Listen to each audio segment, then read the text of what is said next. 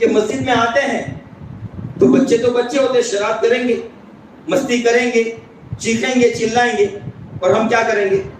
مسجد کے بیت بھی چلو بھاگو یہاں سے، نکلو یہاں سے۔ تو یہ بچے مسجد کے ماحول سے دور رہیں گے تو ایمان کے ماحول سے دور ہوگے۔ یہ الفاظ میرے لکھ لیجئے۔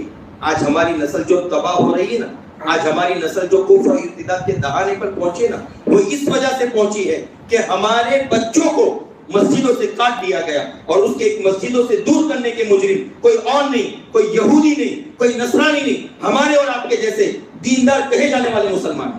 اللہ کے نبی صلی اللہ علیہ وسلم کے زمانے میں بھی بچوں کی مستقل صفیں لگتی تھی۔ آج بتاؤ انکلیشور کے اندر، کوسمبا کے اندر، سورت کے اندر، بھروچ کے اندر، احمدآباد کے اندر، ممبئی کے اندر، دنیا کے کسی بھی کونے کے اندر ایسی مسجدیں مجھے دکھائیے جہاں بچوں کی صفیں لگتی ہیں۔ کم از کم ہندوستان میں تو نہیں لگتی، لگتی ہے کہیں صف؟ نہیں، یہ بچے مستی کریں گے، مسجد کی بیعت بھی ہوگی، ان کے لیے الگ سے ماحول کرو۔ تو پھر ہمارے جیسے وہ جو مدرسہ پڑھانے والے لوگ ہوتے ہیں، وہ مدرسے کے اندر نماز پڑھا دیتے ہیں۔ تو مدرسے کے اندر نماز پڑھانے سے بچے کو مسجد کا ماحول ملے گا؟ بولیے نا، ملے گا؟ مسجد سے اس کا رابطہ بنے گا؟ تو یاد رکھے، یہ بچے مسجد میں آئیں گے، مستیاں کریں گے، شرارتیں کریں گے، ہنگامے کریں گے، دنگے کریں گے، لیکن ہمیں دھیرے دھیرے ان کی تربیت کرنا ہے۔ سمجھ میں آ رہی بات؟ بھائی آپ کو ایک بات بتاؤں، اگر ہمیں سردی ہو جائے تو کیا کرتے ہیں؟ ناک کاٹ دیتے ہیں۔ میرے ساتھ بات کریں، میں تقریر نہیں کر رہا ہوں، میں آپ سے بات کر رہا ہوں۔ سردی ہو گئی تو کیا کریں گے؟ کوئی ایسا کوئی ہوشیار عقل مند آدمی مجھے دکھائے کہ جس کو سردی ہوئی ہو، اس نے سوچا یہ ناک بار بار پریشان کرتی ہے، تو 10 دن نہیں ہوتے کہ بہنا شروع دے، چلو ناک کاٹو، نہ رہے باس نہ بجے۔ ایسا کوئی ہے؟ ایک بندہ بتا دو، چلو پوری دنیا میں کوئی نہیں، پاگل بھی ایسی حرکت نہیں کرتا ہے۔ تو یہ کہ اگر یہ نزلہ ہو رہا ہے تو نزلے کا علاج کیجیے، ناک مت کاٹیے۔ اگر یہ بچے فساد کر رہے ہیں، دنگا کر، اس کی وجہ یہ کہ بچوں کو مسجد کے ماحول کی عادت نہیں ڈالی گئی ہے۔ بات سمجھ میں آ رہی ہے نا؟ بچوں کو مسجد کے ماحول کی عادت نہیں ڈالی گئی ہے، تو 6 مہینہ، برس یا 2 برس ہوں گے ماحول بنتے۔ اللہ کے نبی صلی اللہ علیہ وسلم نے جب دنیا کے اندر انقلاب برپا کیا تو 23 سال لگے تھے، 23 سال لگے تھے۔ تو بچے آئیں گے لیکن برداشت کرنا ہے۔ اسی طرح میں سمجھاؤں، کیسے سمجھاؤں کہ بچوں کا معاملہ بہت سنگین ہو چکا ہے۔ میں تو اصل میں بڑوں کے لیے باتیں کر رہا تھا، لیکن میں اللہ سے یہ دعا کر کے، میں کبھی ایسا ہی ہوتا ہے سوچتا کچھ ہوں نکلتا کچھ، اللہ سے یہ دعا کہ جو ضرورت کی چیزیں وہ نکلوائیں۔ تو آج گرین ویلی کی اس مسجد کے اندر، محمدی مسجد کے اندر، آپ یہ ارادہ کرو، آپ یہ عزم کرو، یہ تہیہ کرو کہ انشاءاللہ میرے گھر کا چھوٹے سے چھوٹا بچہ مسجد کے اندر آئے گا۔ بہت سے لوگ کہتے ہیں کہ مسجد کے بیعت بھی ہوتی ہے، مسجد کی بیعت بھی کا کوئی مسئلہ نہیں۔ اللہ کے نبی صلی اللہ علیہ وسلم کے زمانے میں 7 سال سے نیچے کے بچے بھی آتے تھے، عورتیں نماز پڑھنے آتی تھی اللہ کے نبی کے زمانے میں۔ بولیے نا، وہ تو بعد میں احکام بدلے، لیکن اس زمانے میں تو عورتیں آتی تھی نا، تو چھوٹے بچوں کو لے کر آئے گی کہ گھر پہ چھوڑ کے آئے گی؟ اللہ کے نبی صلی اللہ علیہ وسلم خود فرماتے ہیں کہ کبھی میرا دل چاہتا ہے کہ میں اپنی نماز کو طویل کروں، اپنی نماز کو طویل کروں، لیکن چھوٹے بچے کے رونے کی آواز آتی ہے تو میں اپنی نماز کو مختصر کرتا ہوں کہ اس ماں کا دل اس بچے کے رونے میں اٹکا ہوا ہوگا۔ تو نبی قرات کر رہے ہیں اور بچہ رو رہا ہے، تو برداشت کی عادت ڈالیں گے؟ بولیے نا، ہمیں برداشت کرنا پڑے گا۔ مدرسے میں بھی آتے ہیں نا، ہم لوگ پڑھاتے ہیں، ہمیں برداشت کرنا پڑتا ہے، ہم بہت برداشت کرتے ہیں۔ بچے باقاعدہ، ہمارے ایک استاذ ہیں، وہ یہ کہتے ہیں کہ ایک بچے نے جو ہے مجھے زور زور سے چانٹے مارے، چھوٹا بچہ ہے، 4 سال کا 5 سال کا بچہ ہے، اب اس سے کیا امید رکھیں گے؟ وہ آیا، استاد کو تمام 3-4 لگا دیے، استاد ہنستے رہے۔ تو یہ قصہ جب میں نے علماء کی مجلس میں سنایا تو کہنے لگے بڑے جگر کی بات ہے، بڑے حوصلے کی بات ہے، ہر آدمی اس طرح تماچا نہیں کھا سکتا۔ میں نے کہا کہ اگر میں اس بچے کا باپ ہوں، وہ بچہ مجھے تماچا مارے تو زور سے بولے کھاؤں گا؟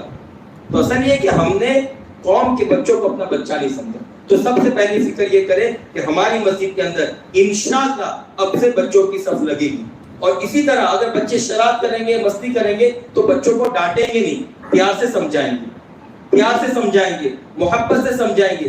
انشاءاللہ ثم انشاءاللہ کہتے کہتے ایک دن یہ بچے عادی بن جائیں گے، مسجد کا ادب سیکھ جائیں گے، اور پھر ہماری اس مسجد کے اندر 16 سال کے 17 سال کے جب ہوتے ہیں تو ہم لوگ جماعت میں جاتے ہیں اور پھر مسجد وار جماعت کے کیا کہتے ہیں گشت لگاتے ہیں, آؤ بھائی فلانے بھائی آؤ, فلانے بھائی آؤ, نماز پڑھنے چلو. کوئی آتا ہے؟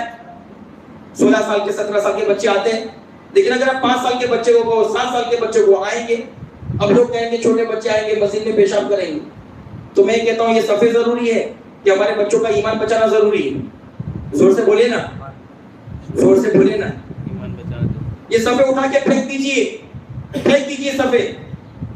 یہ ہم ایسے ہی مطلب یہ کہ زمین پر نماز پڑھ لیں گے, بچہ پیشاب کرے گا دھو لیں گے, لیکن ہم اپنے بچوں کی ایمان کی حفاظت کی فکر کریں گے. ہمیں بیک فٹ پر نہیں سوچنا ہے, آگے بڑھ کر سوچنا ہے. بس بچوں پہ کیسے ہم ایمان بچا سکیں, کیسے ہم ان کو ارتداد اور کفر سے بچا سکیں. تو سب سے پہلی فکر ہم یہ کریں کہ ہمارے بچے مسجد کے عادی بنیں. بس یہ ایک چھوٹی سی باتیں تھی جو آگے.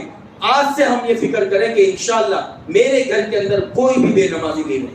اور بچپن میں جب بچہ دین کی باتیں سنتا ہے, میں اپنے بارے میں بتاؤں کہ جب ہم چھوٹے تھے مسجد میں جاتے تھے نماز پڑھتے تھے تو ہمیں یاد ہے کہ ہم لوگ جب نماز پڑھتے تھے تو پوری صفوں کو اٹھا کے ادھر مار پانی مارتے وہ سب گرتی تھی, ادھر مارتے تھے وہ صفیں گرتی تھی, پوری صفیں گرتی تھی. لیکن بڑے لوگ آتے تھے پیار سے سمجھاتے تھے کہ ایسا نہ کرو, اور الحمدللہ ایک مدت کے بعد وہ چیز ختم ہو گئی تھی, پھر ادب سے پڑھنے لگی. اور اس کا فائدہ یہ ہوتا تھا کہ جب ہم نماز پڑھتے تھے, نماز پڑھنے کے بعد مسجد میں تعلیم ہوتی تھی, آخرت کی بات ہوتی ہے, جنت کی بات ہوتی ہے, جہنم کی بات ہوتی ہے. تو جب تعلیم ہوتی تھی تو ہم اس تعلیم میں شرکت کرتے تھے. تو بچپن میں جو ایمان, یقین, توکل, آخرت اور حساب کتاب, یہ جو ساری باتیں سنی تھی, نبی اکرم صلی اللہ علیہ وسلم کے واقعات سنے تھے, وہ دل میں ایسے نقش کر گئے بتا نہیں سکتا. تو آج اپنے بچوں کی ایمان کی حفاظت کرنی ہے تو ایمان کے ماحول میں لانا پڑے گا. اور ایمان کا ماحول مسجد ہے, ایمان کا ماحول مسجد ہے. اللہ کے نبی صلی اللہ علیہ وسلم کے زمانے میں مسجد نبوی میں قیدی کو ستون سے باندھا جاتا تھا. بتائیں آپ کو, جو قیدی ہوتے تھے نا, ان قیدیوں کہاں باندھا جاتا تھا؟ مسجد نبوی کے ستونوں کے ساتھ باندھا جاتا تھا. کیوں؟ تاکہ مسجد کے اندر جو ایکٹیویٹی ہو رہی ہے, جو تعلیم ہو رہی ہے, جو سب کچھ ہو رہا ہے, اس کو دیکھے وہ لوگ, اس کو سنیں, اس کا اثر قبول کریں. اور ماشاءاللہ اس کا پوزیٹیو اثر ہوتا تھا, مثبت اثر پڑتا تھا. تو آج ہم اپنے بچوں کو مسجد میں لائیں گے اور ایمان کی باتیں سنائیں گے. کرتے ہیں آج انشاءاللہ. اور اگر بچے مسجد میں شرارت کریں گے, ہنگامہ کریں گے, تو ہم تھوڑی برداشت کی عادت ڈالیں گے. میں نے کئی مرتبہ دیکھا, ایک مسجد کے اندر ہم نے دیکھا کہ بچے مسجد کے اندر تھوڑی شرارت کر رہے ہیں, وہ سب ڈانٹ ڈپٹ کر رہے ہیں, بھگا رہے ہیں مسجد سے. اور اسی محلے کے اندر, اسی مسجد کے باہر شادی تھی, ڈی جے بجا رہے ہیں, نماز کے ٹائم پر ڈی جے بج رہا ہے, قرات سنائی نہیں دے رہی. ایک آدمی کی ہمت نہیں تھی کہ ڈی جے بند کرائے. تو یہ ساری طاقت, ساری ہوشیاری اور سارا جلت بنا اپنے معصوم بچوں پر ہی نکالنا ہے آپ کو. آپ اتنے حق پرست ہیں, اللہ کے گھر کے ادب کا اتنا, اللہ کے گھر کے ادب کا خیال ہے اور نماز کی عظمت اور احترام کا خیال ہے, تو ڈی جے بند کراؤ, وہ نہیں ہوگا. لیکن بچوں پہ دادا گیری ضرور ہوگی, تو وہ برداشت کر سکتے تو یہ